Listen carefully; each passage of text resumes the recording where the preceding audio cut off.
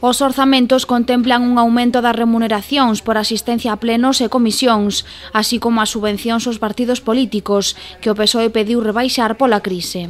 Vostede baixa os gastos e vai aumentar as facturas do caixón. Isto non é máis que un asalto que queren facer a este concello. É o inicio do saqueo a este concello. De opinión semellante o voceiro nacionalista, que estima que de seguir nesta liña vai supor o endebedamento dunha xeración enteira de silledenses. Ben, resumiría todo dicindo que hai moito gasto, pouco investimento nun orzamento ilegal e cadrado á forma.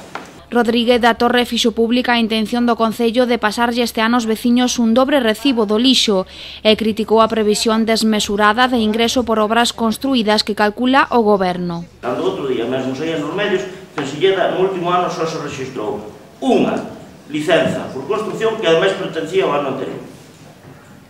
É imposible este asunto. E polo tema do lixo, supoño que nun ano non haberá un aumento do 100%. Xa sei que me comentaron outro día na Comisión Informativa que hai previsión, xa hai que anunciarlo aquí á cidadanía, de que este ano se lle pase un duplo recibo. Un o que xa se pasou, creo, e outro en outubro. Os recibos hai que pasar ano a ano. A cidadanía non pode pagar a ineficacia das administracións. Para o nacionalista, Silleda é un concello insolvente. Conclusión. Déanse conta de que o Concello de Silleda non ten capacidade para nada, nin para facer traídas, saneamento de auga nas parroquias, nin para o arranxo de pistas.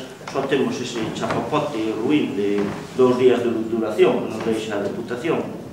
A limpeza das marxes, o estado das beiravías, das cunetas, é lamentable. E tampouco hai cartos para investir niso.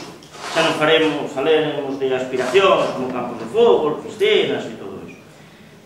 Aquí o único diñeiro que ven ou trae papá xunta ou mamá diputación, porque Silleda non ten nin tan sequera para poñer as cancelas de fora dun campo de fútbol.